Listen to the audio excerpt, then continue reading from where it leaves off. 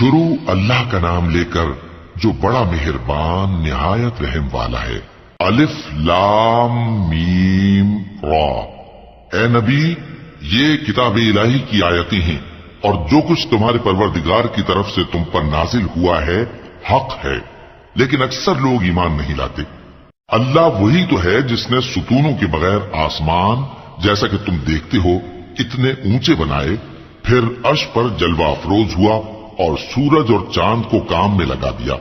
ہر ایک میعاد معین تک گردش کر رہا ہے۔ وہی دنیا کے کاموں کا انتظام کرتا ہے۔ اس طرح وہ اپنی آیتیں کھول کھول کر بیان کرتا ہے کہ تم اپنے پروردگار کے روبرو جانے کا یقین کرو۔ اور وہی ہے جس نے زمین کو پھیلایا اور اس میں پہاڑ اور دریا پیدا کیے اور ہر طرح کے میووں کی دو قسمیں بنائی۔ وہی رات کو دن کا لباس پہناتا ہے۔ غور کرنے والوں کے لیے اس میں بہت سی نشانیاں ہیں۔ اور زمین میں کئی طرح کے قطعات ہیں ایک دوسرے سے ملے ہوئے، اور انگور کے باغ اور کھیتی اور کھجور کے درخت۔ بعض کی بہت سی شاخیں ہیں اور بعض کی اتنی نہیں ہوتی، باوجود کہ پانی سب کو ایک ہی ملتا ہے۔ اور ہم بعض میووں کو بعض پر لذت میں فضیلت دیتی ہیں، اور اس میں سمجھنے والوں کے لیے بہت سی نشانیاں ہیں۔ اگر تم عجیب بات سننی چاہو تو کافروں کا یہ کہنا عجیب ہے کہ جب ہم مر کر مٹی ہو جائیں گے تو کیا اثر نو پیدا ہوں گے؟ یہی لوگ ہیں جو اپنے پروردگار سے منکر ہوئے ہیں، اور یہی ہیں جن کی گردنوں میں طوق ہوں گے، اور یہی اہل دوزخ ہیں کہ ہمیشہ اس میں جلتے رہیں گے۔ اور یہ لوگ بھلائی سے پہلے تم سے برائی جلدی سے مانگتے ہیں، یعنی طالب عذاب ہیں، حالانکہ ان سے پہلے عذاب واقع ہو چکے ہیں۔ اور تمہارا پروردگار لوگوں کو باوجود ان کی بے انصافیوں کے معاف کرنے والا ہے، اور بے شک تمہارا پروردگار سخت عذاب دینے والا ہے۔ اور کافر لوگ کہتے ہیں کہ اس پیغمبر پر اس کے پروردگار کی طرف سے کوئی نشانی کیوں نازل نہیں ہوئی؟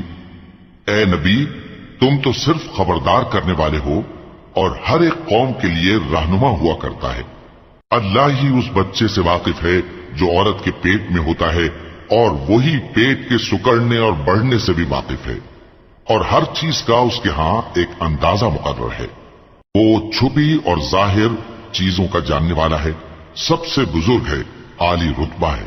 کوئی تم میں سے چپکے سے بات کہے یا پکار کر، یا رات کو کہیں چھپ جائے یا دن کی روشنی میں کھلم کھلا چلے پھرے، اللہ کے نزدیک برابر ہے۔ اس کے آگے اور پیچھے اللہ کے چوکیدار ہیں جو اللہ کے حکم سے اس کی نگرانی کرتے ہیں۔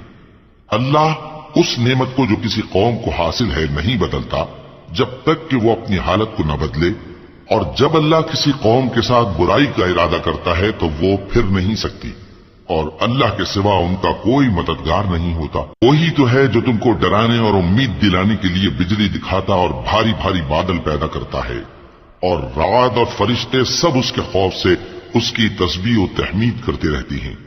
اور وہی بجلیاں بھیجتا ہے، پھر جس پر چاہتا ہے گرا بھی دیتا ہے، جبکہ وہ اللہ کے بارے میں جھگڑتی ہیں، اور وہ بڑی قوت والا ہے۔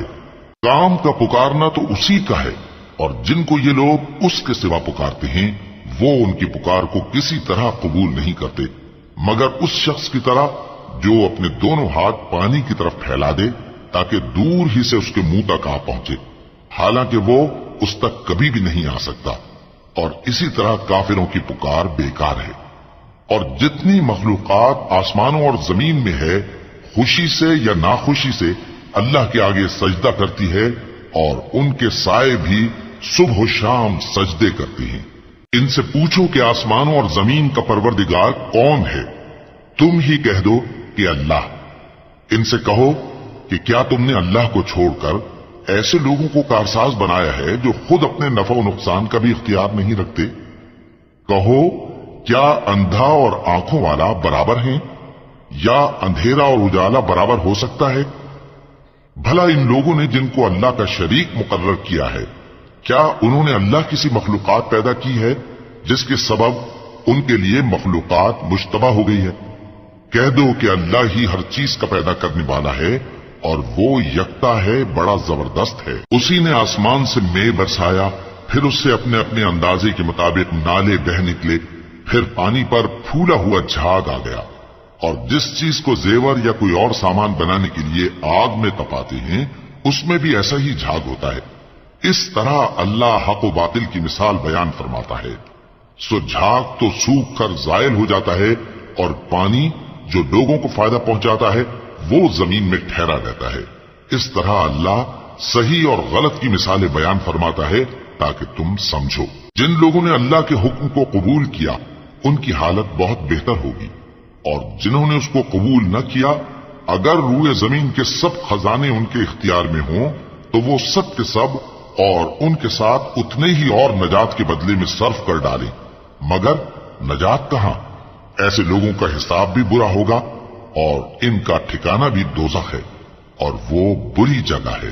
بھلا جو شخص یہ جانتا ہے کہ جو کچھ تمہارے پروردگار کی طرف سے تم پر نازل ہوا ہے حق ہے، وہ اس شخص کی طرح ہے جو اندھا ہے، اور سمجھتے تو وہی ہیں جو عقل مند ہیں، جو اللہ کے عہد کو پورا کرتے ہیں اور قول و قرار کو نہیں توڑتے، اور جن رشتوں کے جوڑے رکھنے کا اللہ نے حکم دیا ان کو جوڑے رکھتے اور اپنے پروردگار سے ڈرتے رہتے اور برے حساب سے خوف رکھتے ہیں، اور جو اپنے پروردگار کی خوشنودی حاصل کرنے کے لیے مصائب پر صبر کرتے ہیں اور نماز پڑھتے ہیں، اور جو مال ہم نے ان کو دیا ہے اس میں سے پوشیدہ اور ظاہر خرچ کرتے ہیں اور نیکی سے برائی کو دور کرتے ہیں، یہی لوگ ہیں جن کے لیے عاقبت کا گھر ہے، یعنی ہمیشہ رہنے کے باغات جن میں وہ داخل ہوں گے، اور ان کے باپ دادوں اور بیویوں اور اولاد میں سے جو نیکوکار ہوں گے وہ بھی بہشت میں جائیں گے، اور فرشتے بہشت کے ہر ایک دروازے سے ان کے پاس آئیں گے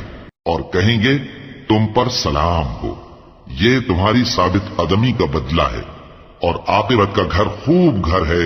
اور جو لوگ اللہ سے پختہ عہد کر کے اس کو توڑ ڈالتے اور جن رشتوں کے جوڑے رکھنے کا اللہ نے حکم دیا ہے ان کو قطع کر دیتے اور ملک میں فساد کرتے ہیں، ایسوں پر لعنت ہے اور ان کے لیے برا انجام ہے۔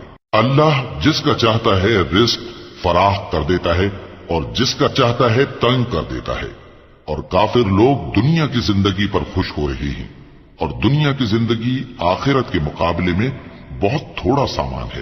اور کافر کہتے ہیں کہ اس پیغمبر پر اس کے پروردگار کی طرف سے کوئی نشانی کیوں نازل نہیں ہوئی؟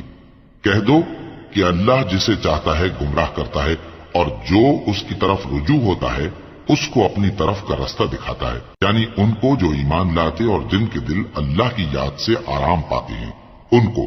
اور سن رکھو کہ اللہ کی یاد سے ہی دل آرام پاتے ہیں۔ جو لوگ ایمان لائے اور عمل نیک کیے ان کے لیے خوشحالی اور عمدہ ٹھکانہ ہے۔ جس طرح ہم پہلے پیغمبر بھیجتے رہے ہیں اسی طرح اے نبی ہم نے تم کو اس امت میں جس سے پہلے بہت سی امتیں گزر چکی ہیں بھیجا ہے، تاکہ تم ان کو وہ کتاب جو ہم نے تمہاری طرف بھیجی ہے پڑھ کر سنا دو۔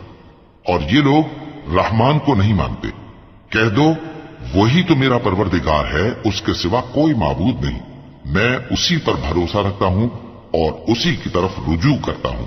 اور اگر کوئی قرآن ایسا ہوتا کہ اس کی تاثیر سے پہاڑ چل پڑتے یا زمین پھٹ جاتی یا مردوں سے کلام کر سکتے تو کیا یہ لوگ ایمان لے آتے؟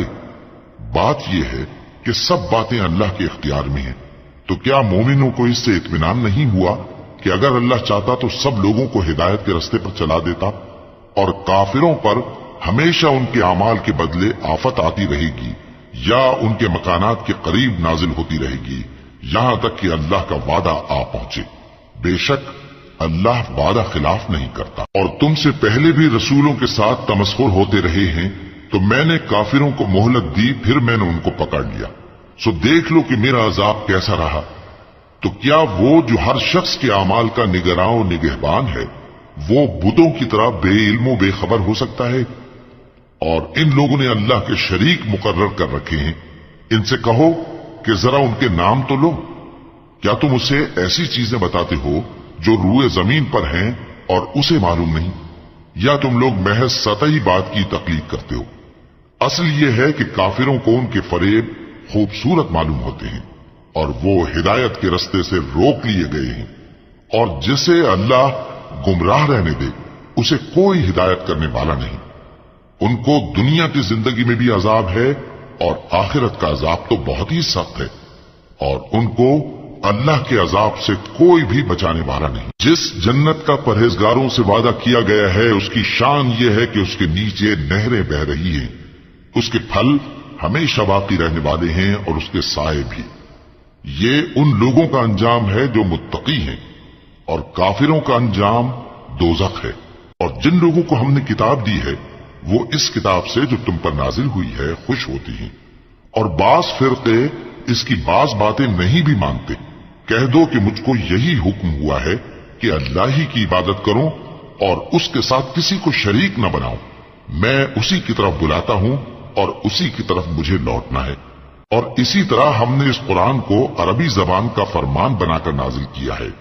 اور اگر تم علم آ جانے کے بعد ان لوگوں کی خواہشوں کے پیچھے چلو گے تو اللہ کے سامنے کوئی نہ تمہارا مددگار ہوگا اور نہ کوئی بچانے والا۔ اور اے نبی، ہم نے تم سے پہلے بھی پیغمبر بھیجے تھے اور ان کو بیویاں اور اولاد بھی دی تھی، اور کسی پیغمبر کے اختیار کی بات نہ تھی کہ اللہ کے حکم کے بغیر کوئی نشانی لے آتا۔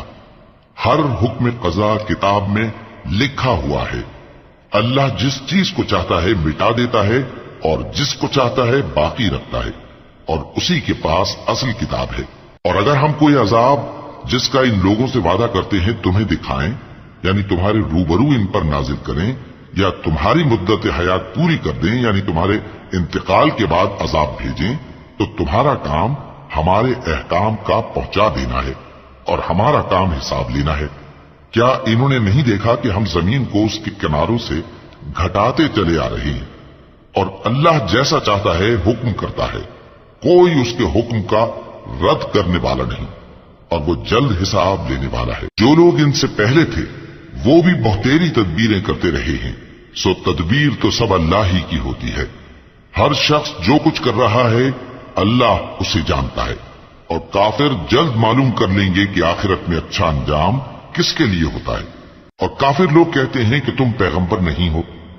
کہہ دو کہ میرے اور تمہارے درمیان اللہ اور وہ شخص جس کے پاس کتاب آسمانی کا علم ہے بطور گواہ کافی ہے۔